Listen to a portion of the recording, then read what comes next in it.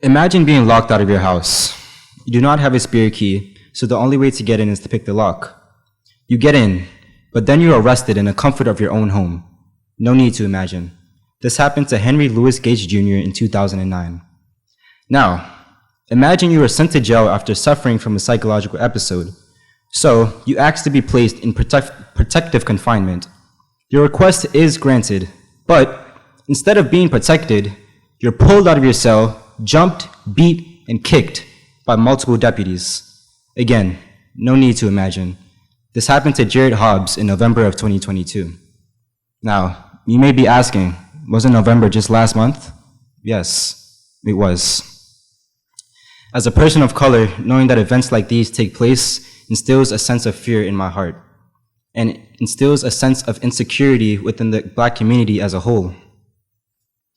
For example, in an article published by USA Today, Ishia Lynette explains that while growing up, she witnessed her father arrested multiple times for minor traffic violations and the harassment of other relatives without warrant.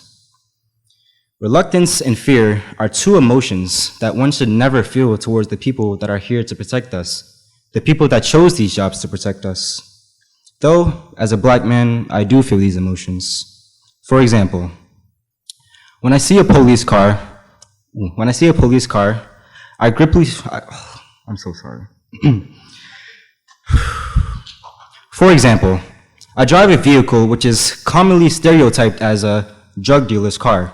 So, whenever I see a police car on the road, I grip the steering wheel tightly, fix my posture, and hope that I am nowhere near the speeding limit. Ultimately, no one should feel this way. Though, this fear is not unjustifiable. According to an excerpt taken from Fox 8 News, Jalen Walker, unarmed, was shot 46 times by 8 different policemen after fleeing from his vehicle. As the police engaged in fire, it sounded like target practice, so many shots back to back to back. The unnecessary and excessive force the police used on this young man was unbearable and very much unwarranted. Not only was the situation inexcusable, the way they talked about his dead body afterwards and their efforts to hide what they did by turning off the audio of their body cams and questioning the neighborhood's residents about their surveillance cameras was very distasteful. Some may say that, if Jalen Walker never fled from his vehicle, the police would have no reason to shoot at him.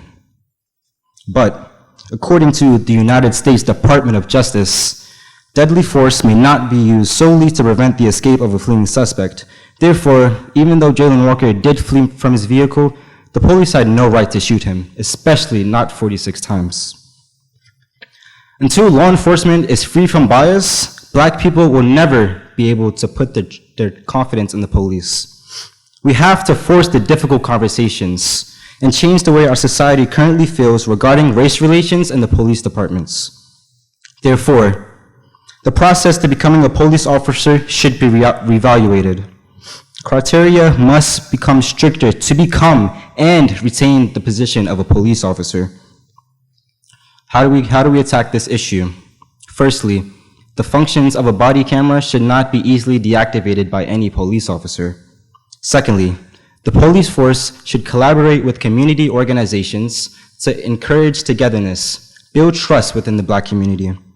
And last, but definitely not least, qualified immunity. The legal principle that protects government officials from lawsuits should not protect any police officer from the punishments they deserve. As a community, we must evaluate our systems of oppression to ensure that all people can thrive, despite race. Thank you.